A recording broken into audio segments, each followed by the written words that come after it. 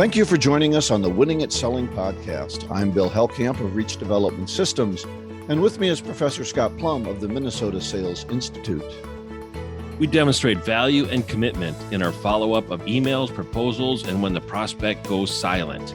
We can still maintain control in the conversation and win the sale based on our actions. If you have experienced any of these situations, stay tuned as Bill and I discuss after sales issues, follow-up, and other great ideas on episode 473 of Winning at Selling podcast.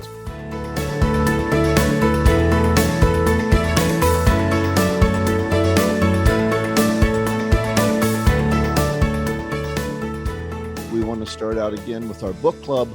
He doesn't really put chapters on the book. This is The 7 Habits of Highly Effective People by Stephen Covey. We are in section 2, Paradigms and Principles, the 7 Habits, an overview. And there's 3 main sections of this, and very little of it is an overview of the 7 habits. So I thought that was interesting. Yeah, it's true. But it's talking about creating habits. That's one section. The second section is the maturity continuum, our own personal stages of growth from dependence to interdependence. And the PC balance, and P being production and what is produced, and PC being production capability, what we can produce. So let's start off with habits. And he does I'll throw in a term here for everybody, a Venn diagram. Mm-hmm. Do you remember the Venn diagrams you learned in school, Scott? I don't remember. Well, look at the page where the 3 circles all intersect. Oh, okay. All right. That's there a it Venn is. diagram. That's on page 48 in my book as well. Yeah. And that's a Venn diagram for all of those who don't remember the Venn diagram. I don't know. I had this conversation with someone else a while ago. Wow. Anyway, 3 things coming together: the intersection of knowledge, skills, and desire. And he's saying this is where habits are developed. I say this is where habits begin. Mm-hmm. It's not just because I know something and I've developed some skills and I have the desire doesn't mean I'm doing it over and over again. And I think doing something over time creates a habit, not just when they intersect. When they intersect, that's when habits start to be created or can be created. Mm-hmm. And then I was thinking about it some more, and I said, I'm not sure all habits need knowledge or skills. I mean, I've got plenty of bad habits that don't need any knowledge or skills. Matter of fact, they're stupid. Right. I mean, smoking, gambling, whatever. Those are not habits. A smoker. You're not a smoker. Nor am I a gambler or whatever. But what I'm saying is, we develop a lot of habits kind of unconsciously rather than consciously. And in some ways, they're good habits that we create over time. In some ways, they're bad habits. But I think to intentionally create a habit, which is obviously what he's going to be talking about. Exactly, yeah. Then we need to have what I call knowledge, skill, and attitude. He calls it desire. But for me, the attitude is wanting to get better. I love the word desire. That's the motivation. That's the want to part of the diagram. And I think that that's really, really important, is that people have got to want to do something. If they don't want to do it, then they're going to be reluctant about committing any time to it. And I think that that's really what is probably the most important attribute in a salesperson, is a high level of desire. And then when we didn't do Think and Grow Rich. It was another podcast. The first chapter, guess what the title is? Desire. And we know that is really important when it comes to personal and professional development, is desire. So I love that, and I really believe that's the most important part of that whole diagram, is desire. Well, I think too, the idea of knowledge, one of the things I talk about with people that I'm interviewing or consulting with is that I'm not an educator, I'm a trainer, which means I want people to have new skills developed, not just know what to do, but to be able to do something new. And I think there's a big difference between knowing what we should do and doing what we should do. And that goes into the habit. So desire is very important in that. I like to consider myself an inspirer, and I want to be able to inspire people to modify their behavior. And I really work on 3 areas. Number 1 is I remind people about what they learned. And in most cases, people have learned it before. And in a conversation, I remind them, and then they recall it going, oh, I knew that. I forgot that. I don't know why I stopped using that. And then I reform in a conversation. So I reform some of their beliefs. I reform some of their experiences that they've had, try to qualify it a little bit and reform the thinking of it. And then I reinforce it. and reinforce that new behavior, maybe reinforce that new belief, reinforce a new technique, and or reinforce a different attitude, and really get through those 3 steps in order to get somebody to change their behavior. And a lot of it has to do with desire. And if you don't have desire, there's no wonder, there's no change. If you don't have wonder, you don't change. I don't want to speak for you, Scott, but I bet you've run into the situation. We have old and new salespeople usually in our training. And over and over again, the old salesperson who's kind of failing because they have decided to quit doing anything, they say, I've heard all this stuff before. I've heard it. And what I'll ask them is, have you done it? Yeah, all that motivational talk. Yeah. I know you've seen it before. This isn't magic. I'm not teaching anything here that hasn't been taught 1,000 different ways by other people. The challenge is, are you doing something different, or are you just sitting there basking in your own old glory, and you quit doing those things long ago that it takes to become successful? So the second piece is the maturity continuum. 3 stages of growth. We start off as very dependent. You take care of me. And this is as a child, and hopefully we get out of this at some point, although I've seen some 30-year-olds that are still working at, living in mother's basement. You take care of me and I blame you for the results. The independence paradigm. I can do it. I'm responsible. I can choose. And I think that's a good step, but it's not the final step. And I think people get stuck in this independence. And I see this a lot in our country, in our society, this freedom-oriented, which is society, which is an overblown sense of independence. I can do whatever I want, and I'm important, and it's all about me. And what they really are walking away from is they're denying the maturity and necessity of interdependence. And then finally, the third step is interdependence paradigm. We can do it. We can cooperate. And by doing things together, we can do things better than we can by ourselves. Yeah. And in that process, I love how he breaks down the private victories from dependence to independence, and the public victories from independence to interdependence. And I think that this reinforces the first chapter in the book, although he doesn't have chapter numbers, is about inside out. We need to work within our belief system and our paradigms within our own head so that we are able to apply the action and behavior through our belief system and then become focused on the public victories. Yeah, and I think who we are inside, that private capacity, also has a lot to do with our effectiveness in the public victories. If we're nothing inside, then our public victories are going to be almost impossible. I've read some things and watched some things by Jordan Peterson, and he talks about this a lot and what we're seeing in society these days. A lot of people who say, let's just blow it all up and start over again, and let's just let's tear down the old systems. And he says, those old systems, they worked for a long time and they're not that bad. And unless you've ever built a system from scratch, maybe you're spitting in the wind here because you don't realize how complex the world is. And that's more of that. Well, I can't even take care of my own room, but you want to blow up the system and start over again, and you can't even do your dishes. Right. Yeah. I mean, you've got to be something inside. What you are inside will eventually come out outside. I did an article called "Whatever's in the Well Comes Up in the Bucket." Great. What that means is whatever's inside of you is going to come out. And if you've got nothing inside, if you've never built anything inside, then there's nothing to come out. You're just mud. So I'm excited to hear, because I think these 7 habits, the first 3 are about you. Yeah. Yeah. You can't give what you don't have either. If you don't have it, you can't give it to somebody else. Okay. The third piece is the P/PC balance paradigm, whereas P represents production output and PC represents production capability or capacity.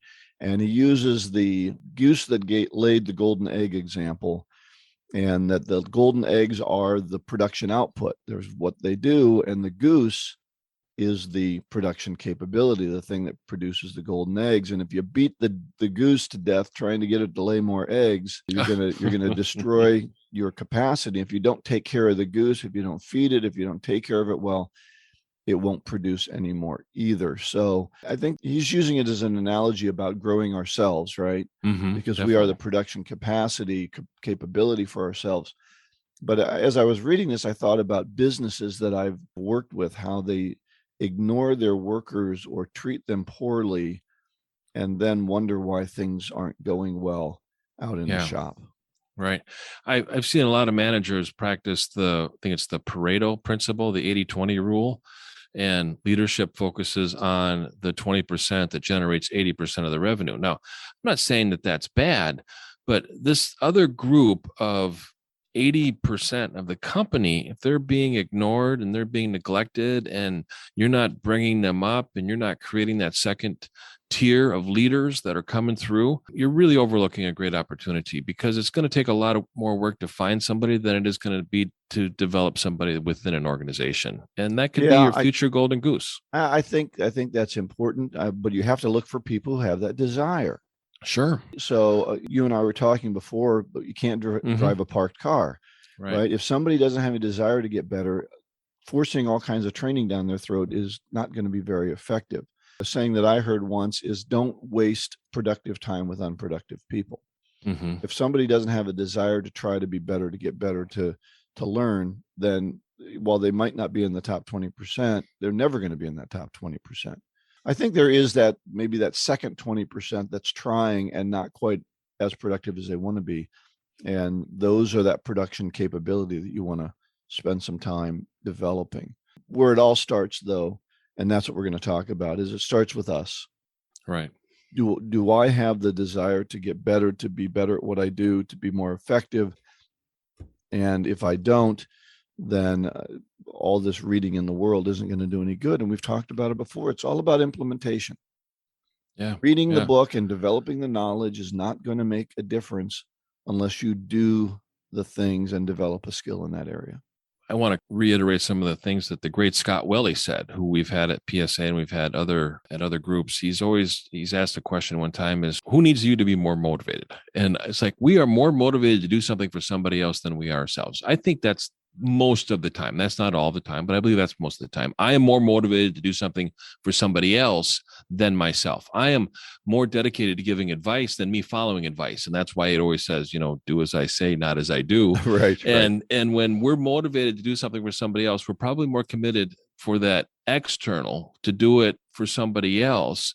And we're more motivated to do that. And it's a great question, is who needs you to be more motivated? Yeah. And that's why so few people will start their own business, because it's a lot easier to be told what to do than have to decide each day what to do. Yeah. But I'm really looking forward to this. So next week is Habit 1, finally, after 2 weeks of setup. Okay. Habit 1, be proactive. And I did want to reiterate the offer that I made in last week's podcast.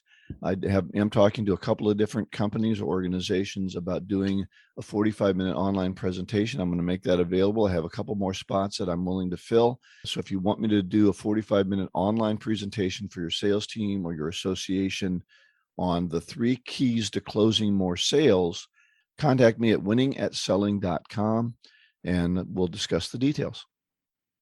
This segment of the Winning at Selling podcast is brought to you by The Art of Prospecting, Your Guide to Getting in the Door, by Steve Ploida.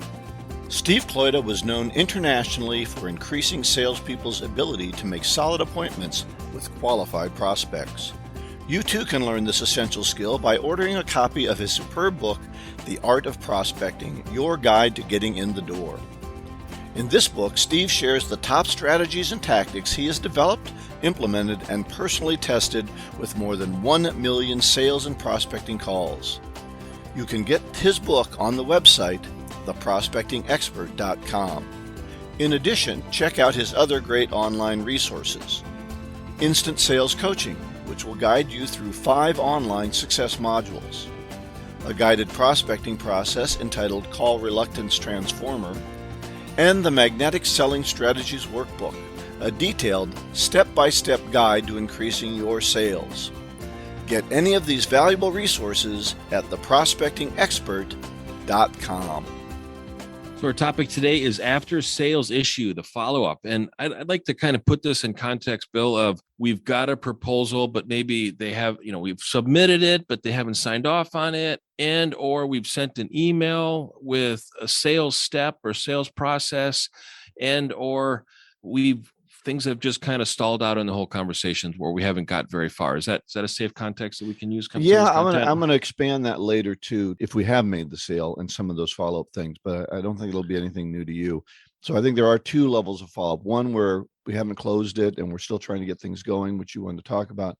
Mm-hmm. And then where we have closed it, what do we do? Do we just walk away and turn it over to somebody else or not? So in the intro, I said, if you ever felt like you've lost control of a proposal after you submitted it, and or do we appear desperate if we call to touch base after we submit a proposal or after we give them a quote or something like that? And I know there's so many people I talk to go, well, I can't call them because I will appear desperate. And here's a technique to avoid that, saying, when would you like to, when can we do a proposal, or when can we do a presentation, or when can we send you a quote? I mean, however you want to do it. And if you can do it in person, we've talked about that before, please do. I send you a quote. I'm not working all this work to send them something. So I know, but sometimes it's over internet, or it's a Zoom call, or send me an email, or write it up, or give me a scope of work. And, it's not always the best case scenario, but all of a sudden they go dark. So let's prevent that and go, when do you think you might be able to review it?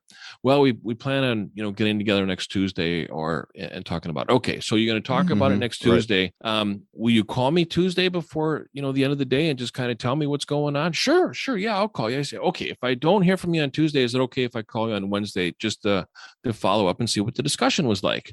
Right. And most likely they'll say yes. Now they have given you permission to call. You do not have to feel like you're being desperate. Bill, have you ever used that?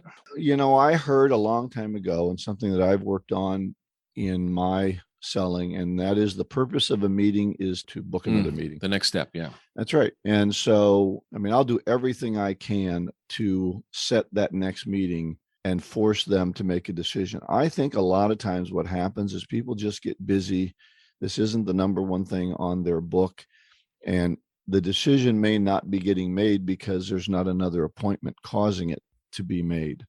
So if you set up another appointment, we did the proposal, and everybody said they said we want to look it over. We tried to overcome that at that time. All right, great. When are you going to talk about it? As you said, all right, let's set another meeting for Wednesday morning. You're going to make that decision Tuesday. Let's set another meeting for Wednesday morning. I'll come in, we'll talk about what decision you made and what your issues are and what we need to do to move forward. And now they have something on the books that is going to cause them to actually make that decision by Tuesday, one way or the other. Because I hate a non-decision. It's just a killer. Yeah, it creates urgency. And when there is no deadline, there is no urgency. I used to sell websites to attorneys on the East Coast. Now, when you're selling websites, there is no deadline. It's like, well, we can start at any time. It's not like an event. We would start a discount where the discount is for the end of the month. Well, that would create an urgency because attorneys would like to save money on their website. So that was something that we followed up, and we said, the discount ends at the end of the month, and we can't carry it on. I've also put in my proposals that this pricing is only good for 30 days.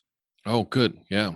So that can create a sense of urgency as well. So this thing isn't sitting around forever. And that's a safeguard for me too, because, I don't want them to come back to me 3 years later going, okay, we're ready to go. It's like, well, these prices aren't quite the same. Why you didn't say that anywhere? Yeah. The copy of Think and Grow Rich was $2.95. I assumed that I could buy that today. That's right. It says so. No, not really. Yeah. Well, it said so in the back of the book. Hey, order these for 95 cents a piece. Yeah, right. Yeah. Not going to happen. No expiration date on that. They didn't think of it back then. That's right. Okay. So other suggestions you have on. Another approach to create urgency is to say, right now we're in the position to be able to take on 2 more clients, and we've got 5 proposals out. The sooner we hear back from somebody, the sooner we're able to schedule them. And we're not saying that we can't take all 5. It's just that whoever commits first is going to be at the top of our list and going to be installed faster and sooner and online and implemented and trained and et cetera. That can create urgency, especially if you did a great job of consequences. If you really sold the pain and you really instilled the reasons on why they want to change, that's going to create some urgency. And it's a realistic deal saying, look, we run a very efficient organization and we are priced appropriately, and we don't want to overstaff and have people not do anything and then have to build that expense into our proposals and products in other ways. We just don't want to do that. We run a very efficient shop and we focus on our customers. If you want to be a customer, we're going to focus on you. The sooner you commit, the sooner we can get started. That's kind of that assumptive close that we talked about in the last podcast, is that you're giving them the expectation that people we work with are able to make a decision in a reasonable amount of time. And if not, we're going to move forward without you. Yeah. One of the biggest objections I hear from salespeople when it comes to follow-up is prospects going silent. They don't respond to phone calls. They don't respond to emails. This is a bad sign.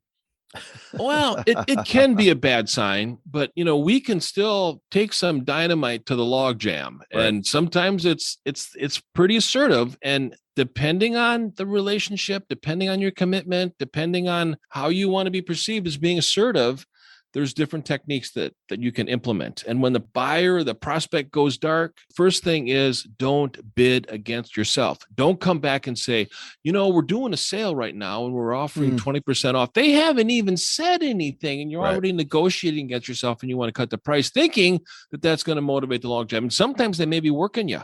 They may be playing you. And you just don't want to fall in no hurry. I'll wait and see if you call me. Yeah. And it's a negotiation technique. Exactly. So, the best way to keep the conversation going is to create open-ended questions to start the conversation. And yet you might ask them, based on your actions, I assume that you are no longer interested or you have pursued other options. And if I'm wrong, please let me know by the end of the day. Right. And then I've gone as far as to say, if you're not in charge, tomorrow I'm going to start calling and find out who's taking on this project, and I don't know what to do, because when we had a conversation, there was a lot of interest. There was a lot of need for this, and there was a lot of excitement about getting started. And I don't know if you've left the company. I don't know if I should send flowers. I don't know if there's somebody else that's in charge. Well, that's I'm kind of stuck. That's my thought, is that don't give up too soon. If you've done the right things when you were working this, you have a number of contacts in that organization. Yeah, true. If you only have one, you screwed it up a long time ago. So make sure that you start working those other contacts. Let them know. You should have had a champion in there somewhere that you can say, look, I left this decision with Harry and now I'm not hearing anything. And oh yeah, Harry's mother died and everything's just kind of kerfuffle. Okay, fine. I understand that now. But you should be able to get some information about what's going on and get things moving again, as you say, bust through that logjam a little bit through the other contacts you have in that organization who found that it was important to them and wanted it to happen. Right. You're really doing it in an assertive way because you're demonstrating your commitment. Another option may be, in good faith, we've made you an offer, we've sent you a proposal. I'd be grateful for a response. Yeah, that's it. Yeah. And even if you're going to tell me no, I just want to be able to know, whether or not we should allocate time to implement the program, or should we just move on to somebody else? That's right. I use that as the tell me no close, and I talked about that last podcast, which is, hey, listen, Scott, it sounds like you want to tell me no. Yeah. Oh, it's a great approach. Okay. Well, then you want to tell me yes, let's figure out how to get there. So, and again, this isn't your first close. This is when the thing's stalled, and you can even do that with a voicemail. Hey, it sounds like you want to tell me no, I can take it. Let's just move forward if we have to. Yeah. One thing I think you ought to do too is make sure you analyze your sales process. If this is stalling on a regular basis, if you're losing sales and they're just going dark on you and you never hear from them again, what is your sales process like? Did you miss a step? Did you get sloppy and you allowed them to go to a no decision? There's something wrong in your process if this is happening over and over again, that you're not meeting enough people, you're not getting enough energy going, you're not doing this quickly enough, you're not striking while the iron is hot and making it feel like, as you said, you're creating no sense of urgency. So what's going on in your sales process? Analyze that thoughtfully. I have two more things that I'd like to propose. Is one thing, get into a habit of checking your email in your sent folder once a week on emails that you have sent where the other party has not responded to. There's a lot of opportunity in there. And when you follow up on emails that you've sent, and I've seen a lot of people copy themselves on email, and I'm like, why are you doing that? And then I asked somebody one time, and they said, well, then it appears in my inbox, and I manage my time out of my inbox, which is good or bad. I think a great CRM to include an activity and a follow-up and then manage your time off of a CRM is going to be a little bit more effective, because now you have a history of all the activities within a prospect, and it's going to make it easier for you to track your time and go, how long is my sales cycle? When did I first email them, or when did they email me? And then when did we get a proposal and a commitment? And then also look at the closing ratio with all of the activities that we have with different prospects that come in to us. And the last thing that I want to mention, Bill, and then I want to hear some follow-up thoughts from you, is if we don't follow up, what kind of commitment are we demonstrating? Mm-hmm. If we don't follow up on information that we sent, how important is that information that we sent? If we don't treat our prospects like clients, do our prospects think that clients are not important? And I'm telling you, if you're not going to follow up on something that you physically put in the mail, you might as well put a stamp on it and throw it in the trash, because it's going to get you the same amount of response as if you don't follow up, as if the cleaning person takes it out at the end of the day. And I know that sounds a little harsh, folks, but you really have got to commit to follow up, because you demonstrate commitment in your follow-up. You demonstrate commitment in being persistent. And what do prospects buy? They buy commitment. They define value by commitment. And if you're not committed to the process, you will not be committed to the people. That is my soapbox speech for today. Right. Thanks for listening. Don't fall off of that thing. No. So any final thoughts for you? Yeah. Well, I want to talk about another type of follow-up, as I mentioned, and that is the commitment is just as necessary when we win the deal. Yeah, true. And I think too many salespeople, they walk away from the process and leave it up to somebody else in the company.